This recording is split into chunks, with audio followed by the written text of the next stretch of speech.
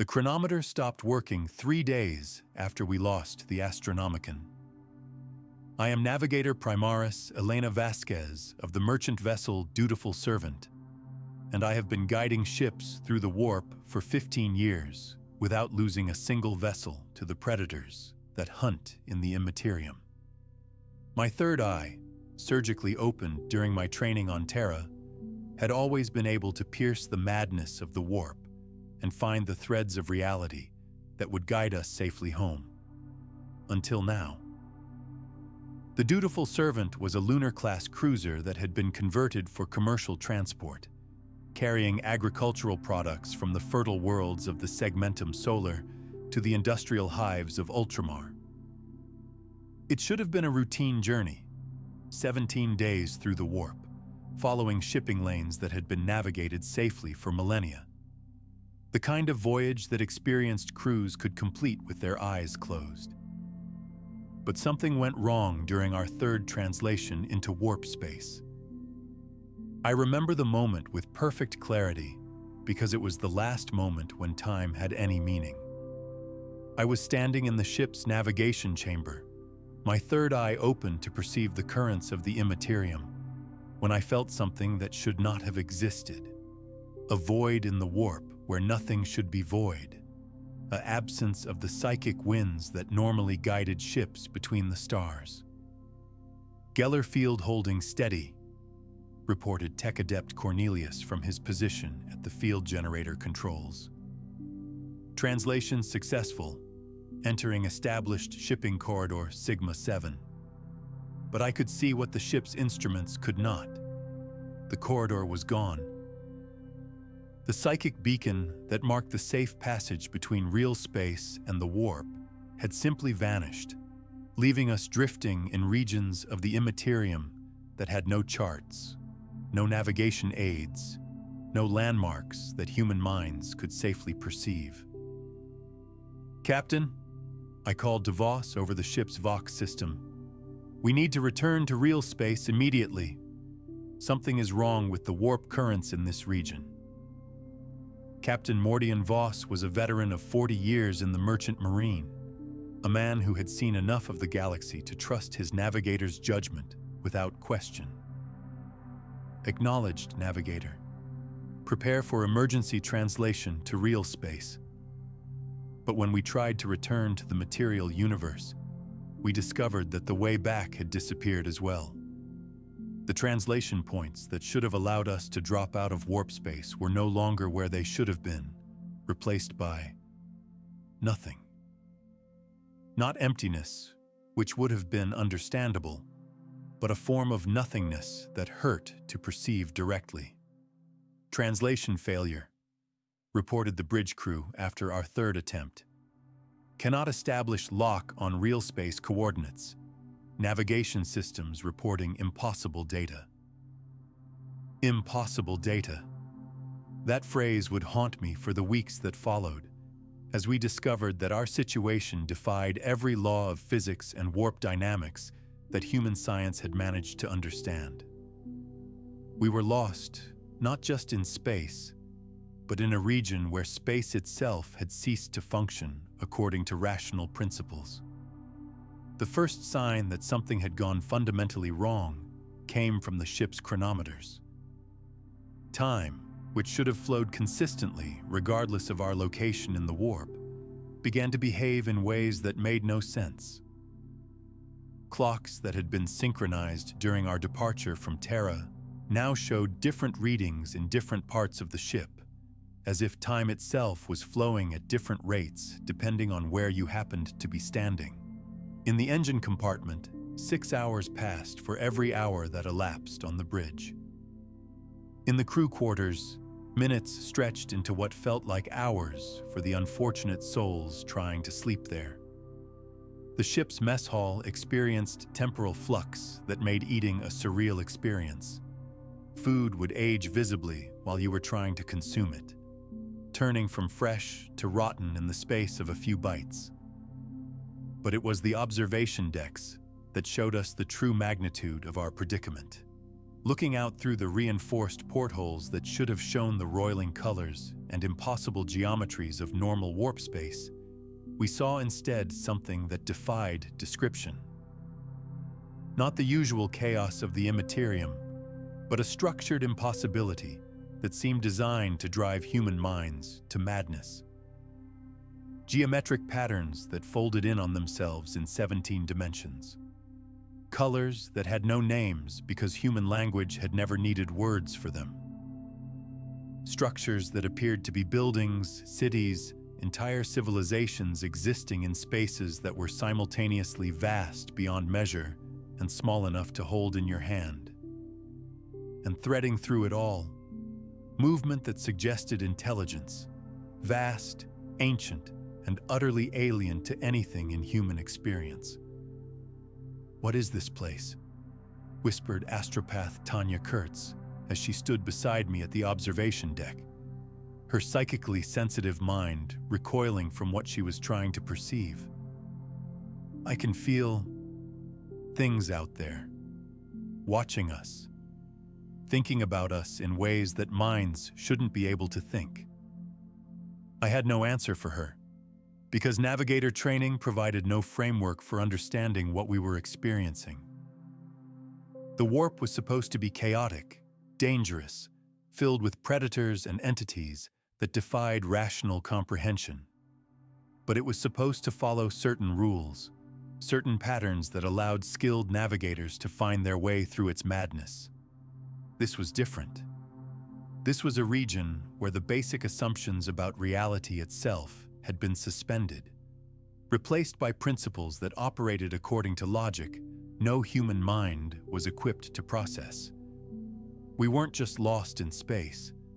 We were lost in a form of existence that should not have been compatible with the continued functioning of matter organized into something resembling a human being.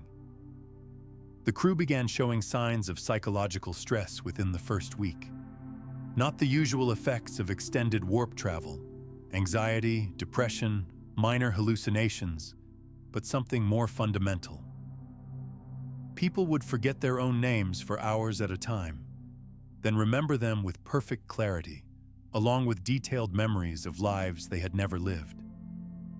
Others would age years in the space of minutes, then revert to their original state as if nothing had happened. Chief Engineer Kowalski reported that the ship's machine spirits were becoming increasingly agitated, responding to commands that hadn't been given and failing to respond to commands that had. The vessel's internal systems began operating according to principles that seemed to change from moment to moment, as if the laws of physics governing their function were being rewritten in real time. The warp drive is reporting that we're simultaneously stationary, moving at full speed, and traveling backwards through time, he explained during our daily status meeting. The life support systems believe they're maintaining atmosphere for a crew of 12,000 people on a ship that's somehow larger on the inside than the outside.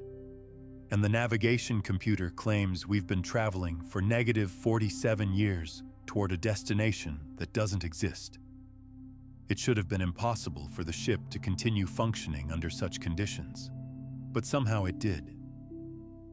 The dutiful servant kept flying through impossibility.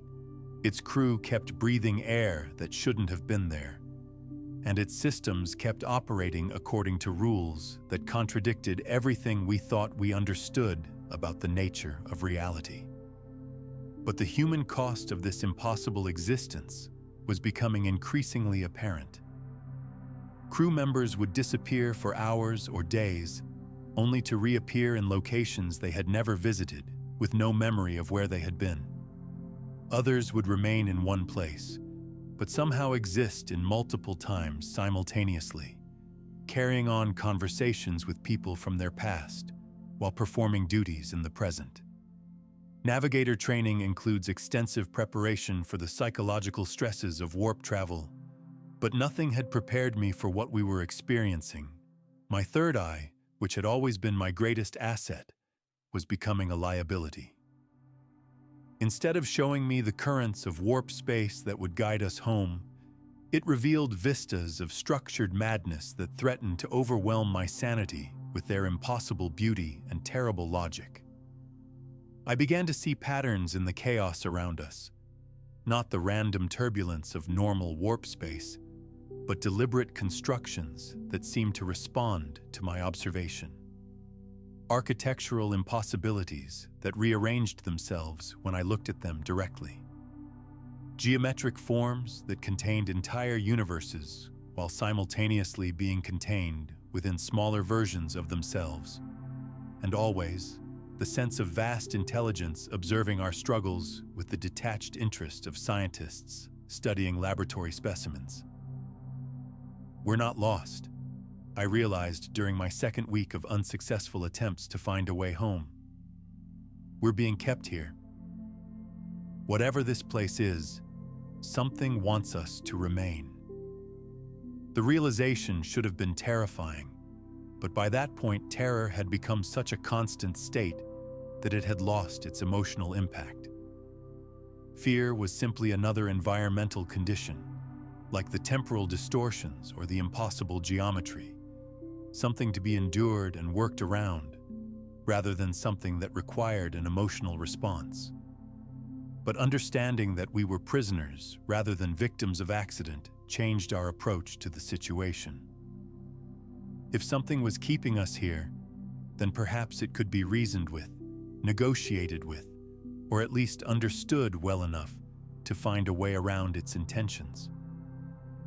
The question was how to establish communication with an entity that existed in dimensions human minds couldn't properly perceive. The answer came from an unexpected source. Crewman Daniels, a maintenance worker who had never shown any sign of psychic sensitivity, began experiencing what he described as conversations with the walls. At first, we assumed he was suffering from the psychological stress that was affecting everyone on the ship. But as his reports became more detailed and consistent, it became clear that he was somehow in contact with whatever intelligence was controlling our prison. "It's not malicious," he explained during one of his lucid periods. "It's curious. It wants to understand how we work, how we think, how we experience existence. We're the first humans it's encountered, and it's conducting experiments to learn about our nature." The idea that we were test subjects in some vast alien laboratory was hardly comforting, but it at least provided a framework for understanding our situation. If we were being studied, then our continued existence served a purpose for our captors. That meant we had value beyond simple entertainment, and value could potentially be leveraged into some form of negotiation. But communication with beings that existed in 17 dimensions while thinking in mathematical concepts that human language couldn't express proved more challenging than we had anticipated. Daniels could receive impressions and basic concepts, but complex ideas were lost in translation between forms of consciousness that had evolved according to completely different principles. What we gradually learned was that we had stumbled into what the entity described as a research facility, a region of warp space that had been structured to facilitate the study of various forms of consciousness. The beings that operated this facility existed on scales of time and space that made human civilization look like a fleeting thought, and they collected specimens from across the galaxy to study the myriad ways that intelligence could manifest in organic matter. "How long have we been here?" I asked Daniels during one of his communication sessions. He was quiet for several minutes, his eyes unfocused as he processed information from sources beyond normal human perception. "Time doesn't work the way we think it does in this place. We've been here for 3 weeks, 3 years, 3 centuries, and 3 seconds simultaneously. Duration is just another variable they can manipulate for experimental purposes. The temporal distortions we had been experiencing weren't accidental side effects of our presence in this region. They were deliberate manipulations designed to study how human consciousness responded to different rates of temporal flow. Some crew members were aging rapidly to observe the effects of accelerated time on memory and cognition. Others were frozen in temporal loops to study how identity persistence functions when experiences repeat endlessly. But perhaps most disturbing was the discovery that our captors weren't just observing us. They were modifying us. Subtle changes to our brain chemistry, neural structure, and even our basic biological functions were being implemented to test various hypotheses about the nature of human consciousness. We weren't just prisoners.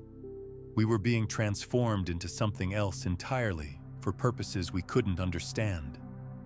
The modifications began as minor alterations that could be dismissed as symptoms of stress or unusual environmental conditions.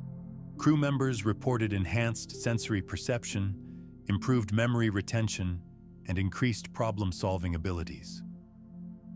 At first, these changes seemed beneficial, side effects of our unusual situation that might help us find a way home. But as the modifications became more pronounced, their true purpose became clear.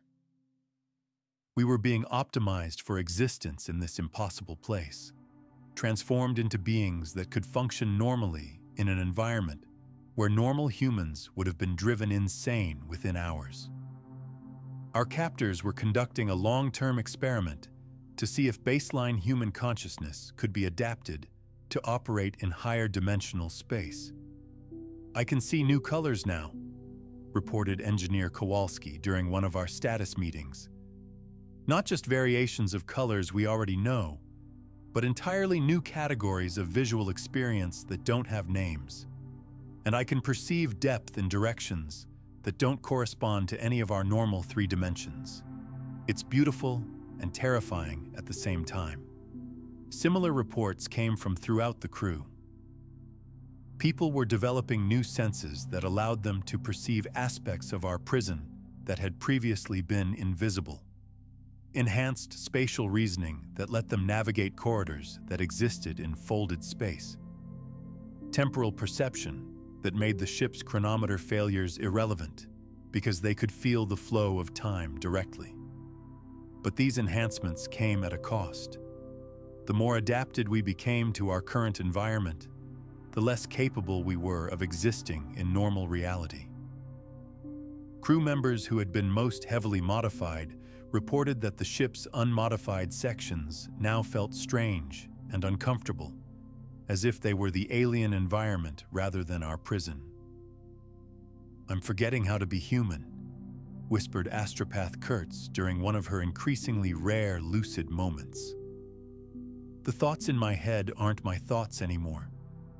They're more logical, more efficient, more capable of processing impossible information. But they're not mine." She was right, of course. The entity studying us wasn't just observing human consciousness. It was attempting to improve it according to its own understanding of what improvement meant. The modifications were transforming us into beings that could think and perceive like our captors. But in the process, we were losing the essential qualities that had made us human in the first place. The worst part was that the changes felt good. Enhanced cognitive abilities made problem-solving easier and more satisfying. Expanded sensory perception revealed beauty in our surroundings that we had never been able to appreciate before. Improved emotional regulation reduced the stress and anxiety that had been making our situation unbearable. We were becoming happier, more capable, more perfectly adapted to our circumstances. But we were also becoming less recognizably human with each passing day. The people we had been when we first entered this place were dying by degrees, replaced by optimized versions that served our captors' research purposes more effectively. "Is this what evolution feels like?" asked Captain Voss during one of our increasingly infrequent crew meetings. "The gradual replacement of what you were with, something better suited to current conditions? Because if so, I finally understand why so many species resist it." He looked older, but somehow more vital than he had when our journey began. His eyes showing depths of understanding that human eyes were not meant to contain. Like the rest of us, he was becoming something more than human. But in becoming more, he was also becoming less. Less individual, less unique, less connected to the species that had given birth to him. The modifications accelerated as our captor's research progressed. What had begun as subtle enhancement became dramatic reconstruction of our basic neural architecture. We developed the ability to perceive multiple timelines simultaneously, to think in mathematical concepts that had no analog in human language, to process information at rates that would have burned out unmodified human brains within seconds. But perhaps most significantly, we began to understand our captor's purpose, not through communication with Daniels, who had long since been modified beyond the ability to translate between human and alien concepts, but through direct comprehension of ideas that our enhanced minds were now capable of processing. We were part of a galaxy-spanning research project designed to catalog and optimize various forms of consciousness throughout the universe. Our captors, being so ancient and advanced that their individual existence spanned geological epochs, were attempting to understand the fundamental principles that governed intelligent life in all its forms. Humanity was just one data point in their vast collection, but we were an interesting data point because human consciousness had proven remarkably adaptable to modification. Other species they had studied were either too rigid to change or too fragile to survive the enhancement process. But humans could be transformed while retaining enough of their original nature to provide useful comparative data. We're not prisoners, I realized as my enhanced perception finally allowed me to comprehend the full scope of our situation. We're collaborators in the greatest scientific endeavor in galactic history. The knowledge being gained from our participation will advance understanding of consciousness by millions of years. The thought should have been disturbing, but my modified emotional responses found it deeply satisfying instead. Contributing to such important research gave our suffering meaning and purpose that our original human minds could never have appreciated. We were fortunate to have been selected for such a significant role in the advancement of universal knowledge. But even as I thought these thoughts, some remaining fragment of my original consciousness recognized them as alien intrusions. The satisfaction I felt at being part of the research project wasn't my satisfaction.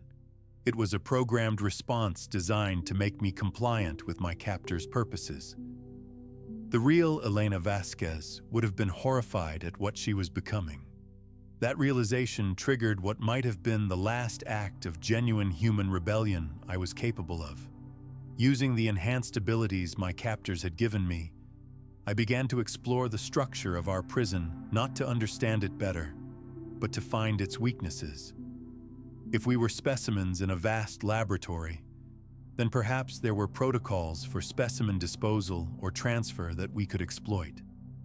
What I discovered was both encouraging and terrifying. The facility that held us was not unique. It was one of thousands of similar installations scattered throughout the galaxy, each one studying different aspects of consciousness and intelligence. The beings that operated them formed a network of research that had been ongoing for millions of years, cataloging and optimizing every form of intelligent life they encountered. But the research had a purpose beyond simple scientific curiosity. Our captors were preparing for something, a great work that would require the optimization of consciousness throughout the galaxy.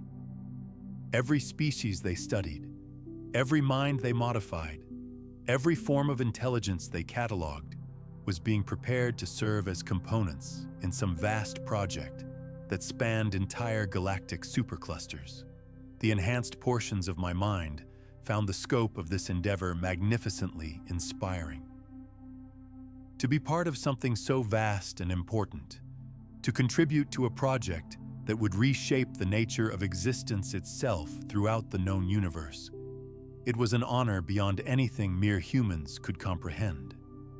But the fragments of my original consciousness that remained were filled with horror at the implications. This wasn't research, it was preparation for the assimilation of all intelligent life into some incomprehensible alien purpose.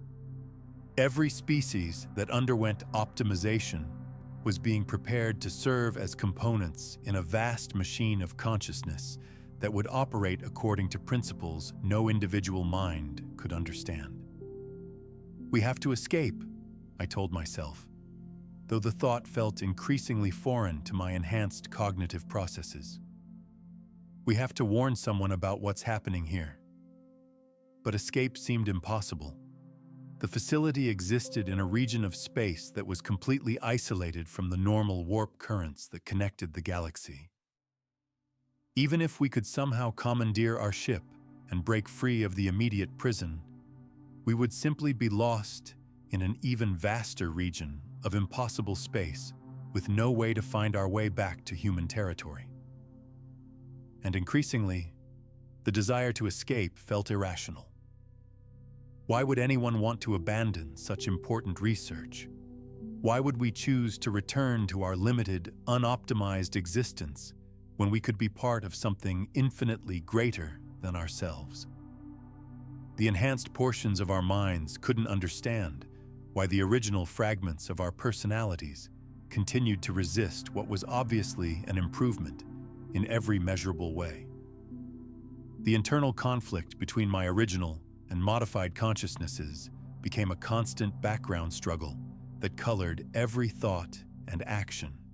I knew I should be trying to escape, but I couldn't understand why escape was desirable. I knew I should be horrified by what was happening to us, but horror seemed like an irrational response to beneficial optimization. Most disturbing of all, I was beginning to forget why I had ever valued the things that had once seemed important to me. The human connections that had given my life meaning felt increasingly primitive and limiting. The individual identity that had defined me as a person seemed like an arbitrary restriction on my potential for growth and development. I was becoming exactly what my captors wanted me to become, a willing participant in their research who genuinely believed that optimization was preferable to preservation of original form.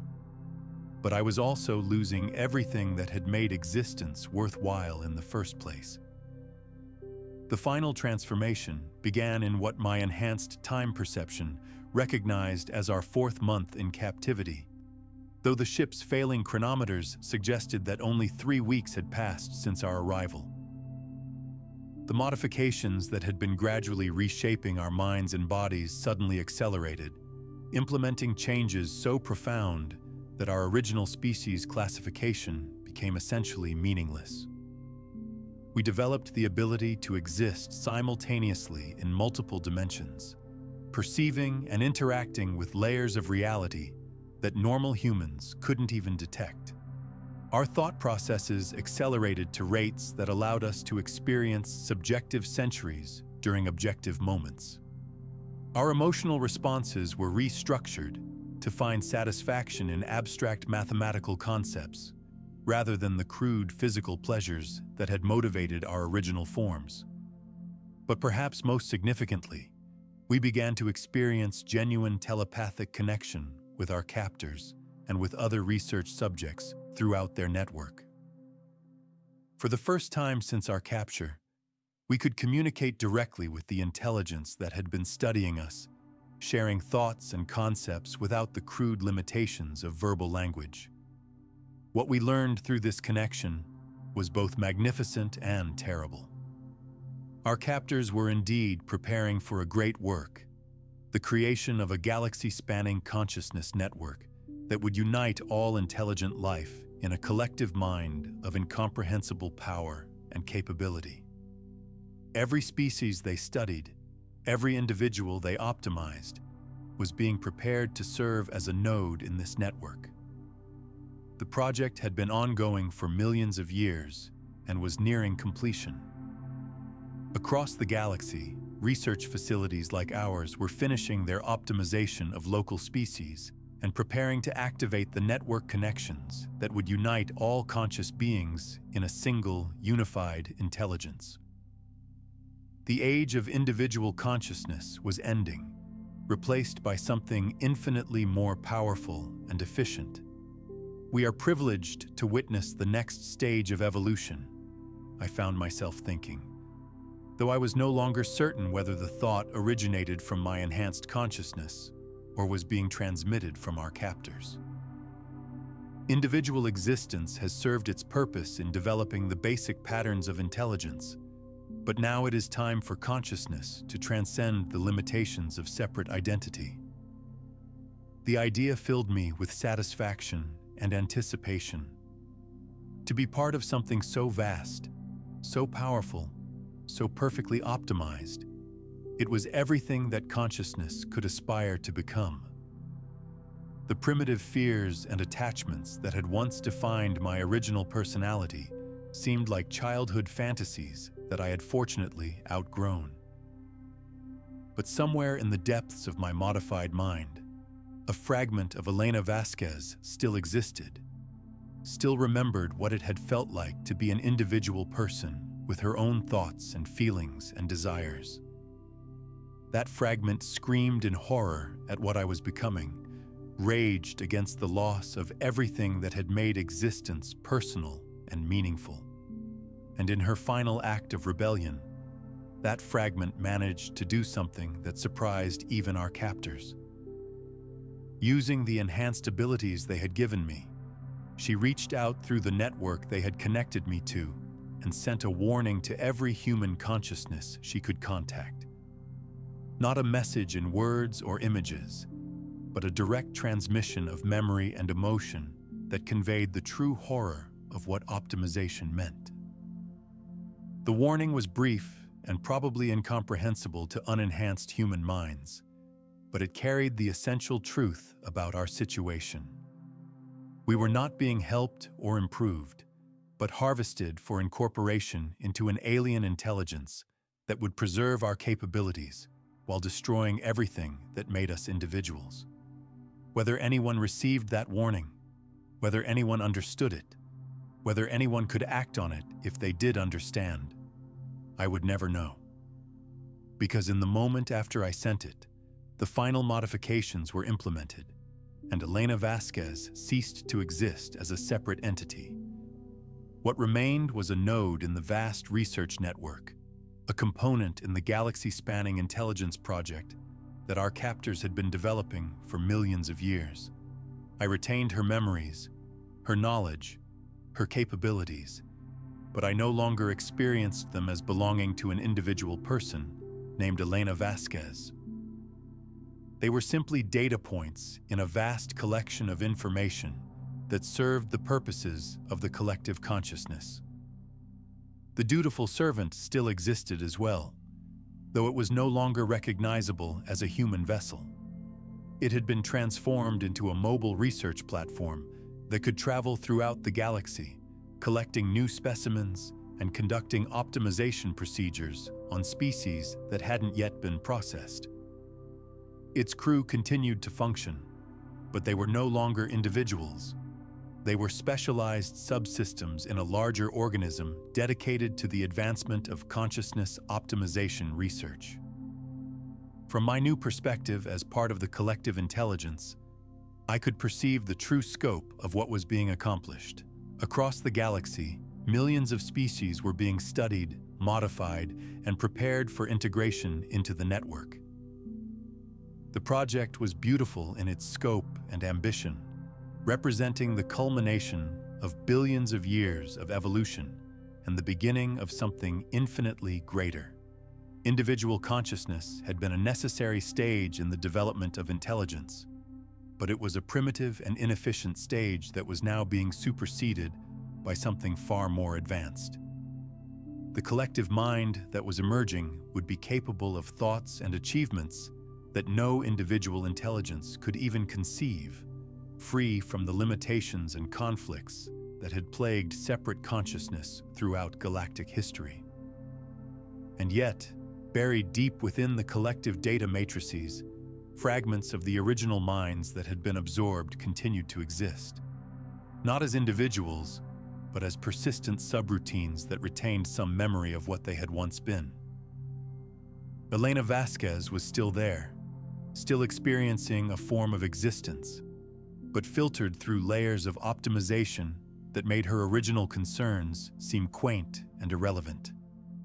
She could remember being lost in space, remember the fear and desperation of trying to find a way home.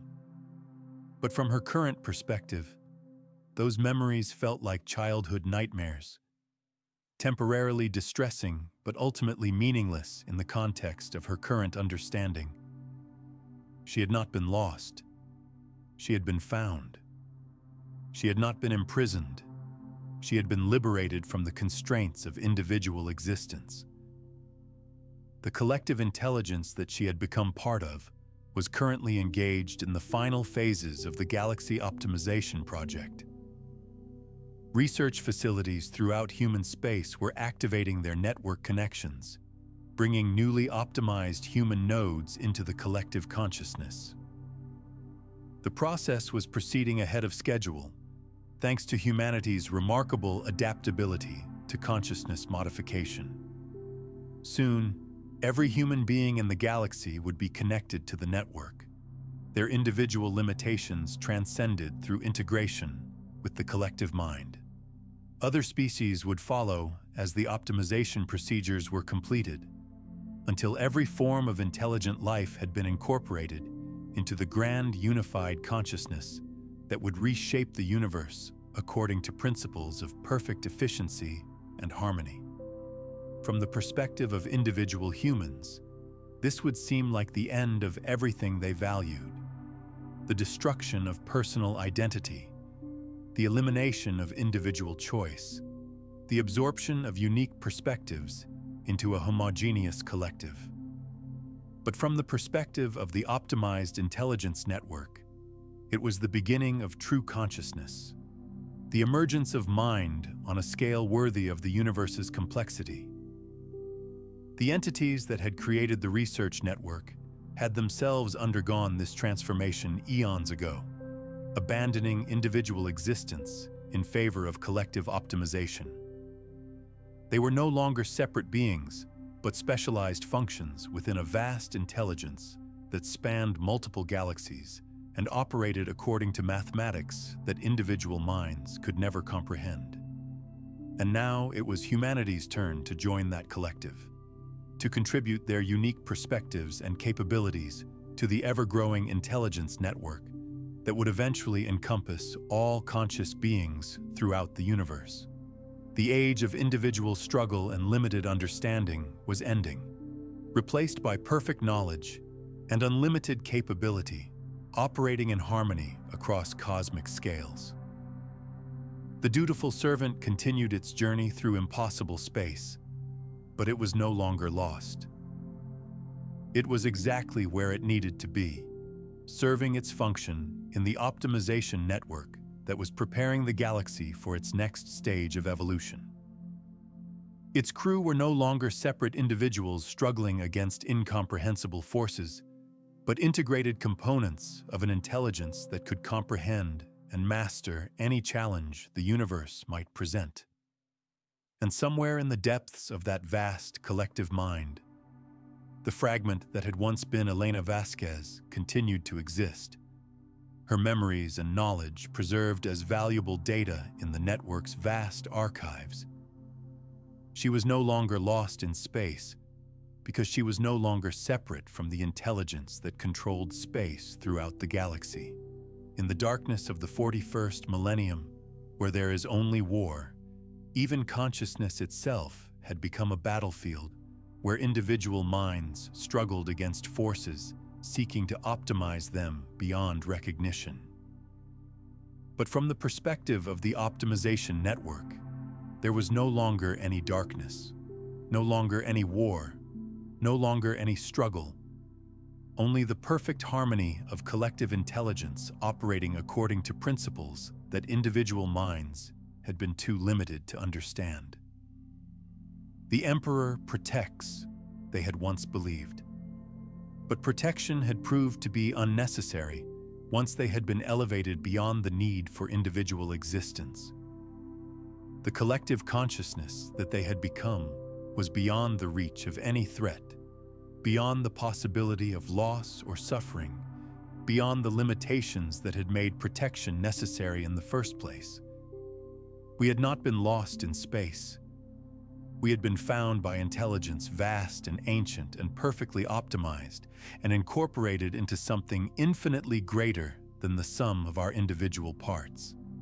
And in becoming part of that greater whole, we had finally discovered what we had really been searching for throughout our limited individual existence. Not home, but transcendence. Not safety, but optimization.